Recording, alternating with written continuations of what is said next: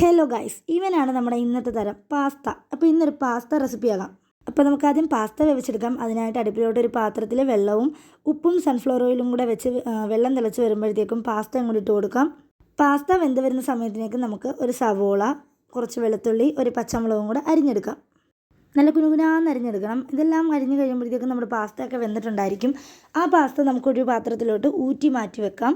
ഇനി അടുത്തൊരു പാൻ വെച്ചിട്ട് നമുക്കതിലോട്ട് ബട്ടർ ഇട്ട് പിന്നെ നമ്മൾ അരിഞ്ഞ് വെച്ച വെളുത്തുള്ളിയും പച്ചമുളകും സവോളയും ഉപ്പും കൂടിയിട്ട് നന്നായിട്ടൊന്ന് സോട്ട് ചെയ്തെടുക്കണം. പിന്നെ ഈ ഒരു റെസിപ്പി എന്ന് പറയുന്നത് ഞാൻ ഉണ്ടാക്കുന്നൊരു റെസിപ്പിയാണ്, വെറും തട്ടിക്കൂട്ട് റെസിപ്പി. സവോളയൊക്കെ ഒന്ന് വഴന്ന് വന്ന ശേഷം നമുക്കതിലോട്ട് മുളക് പൊടിയും ചിക്കൻ മസാലപ്പൊടിയും കൂടി ചേർത്ത് കൊടുക്കാം. ടൊമാറ്റോ സോസോ കെച്ചപ്പോ ഉണ്ടെങ്കിൽ അതും കൂടി ചേർത്ത് കൊടുക്കാം. ഞാൻ ഒഴിച്ചിട്ടുണ്ട്, പക്ഷേ വീഡിയോ എടുക്കാൻ വിട്ടുപോയി.